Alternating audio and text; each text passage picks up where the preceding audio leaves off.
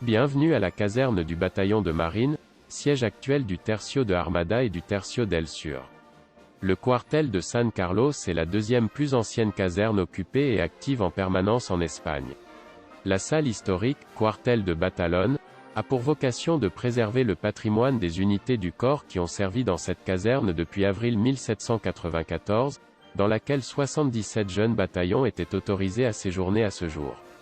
De même, il reflète les vicissitudes organiques de ces unités, leurs actions de combat, leur participation aux opérations, et les uniformes et les armes utilisées au cours de ces années.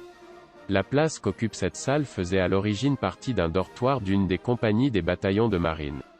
Avant sa transformation, c'était une salle à manger des troupes et son entrée abritait le logement des élèves officiers, la salle à manger des officiers et, enfin, une bibliothèque.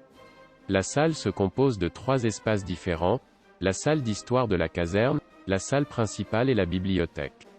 La salle dans laquelle il se trouve est dédiée à la présentation du bâtiment, de ses vicissitudes, des plans et des projets liés à sa construction. De même, il est fait référence à la fonction d'enseignement des écoles qui s'y trouvent. De là, vous avez un accès direct à la pièce suivante.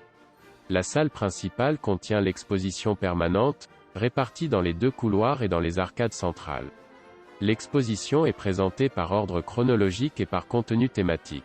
Dans celui-ci se trouve la porte de sortie qui donne accès au patio de Arma, Lope de Figueroa, et au milieu de l'exposition, par une porte latérale, vous accédez à la bibliothèque.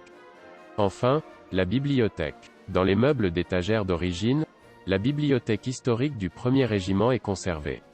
Cet espace comprend également la salle de conférence et le bureau d'administration et de conservation de la salle.